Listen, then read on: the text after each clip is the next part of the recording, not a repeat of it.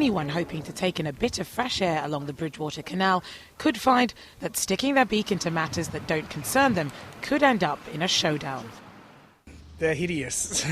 They're beautiful, but then they just chase you and they hiss at you like a snake. They can be quite aggressive, and they sort of they do that at you all the time, especially if there's a narrow path and they think it's their right of way.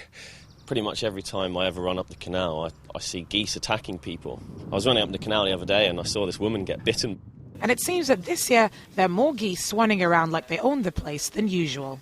Maybe it's because there are more people running up and down the canal these days. You know, the 10k run in Manchester is pretty popular now, so, you know, maybe it's just becoming more prevalent because there are more people to be attacked. Now, as much sympathy as we have with the poor beleaguered joggers being terrified in territorial clashes with the geese, apparently the bird's aggressive behaviour is not down to hate, but is motivated by the natural parenting instinct. So, Nadia, how long before goose and jogger can coexist naturally? Well, as you said, it is breeding season. The geese do have chicks, so they're going to be really protective over the young.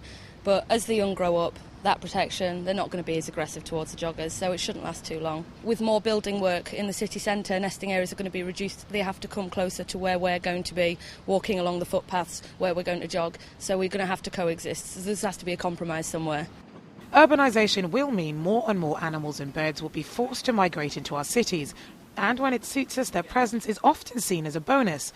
But, ironically, the very British tradition of feeding the birds actually increases the likelihood of geese becoming aggressive as they lose their fear of humans. But environmentalists are encouraging us to overlook their seasonal short-temperedness and celebrate the presence of nature in our concrete jungles.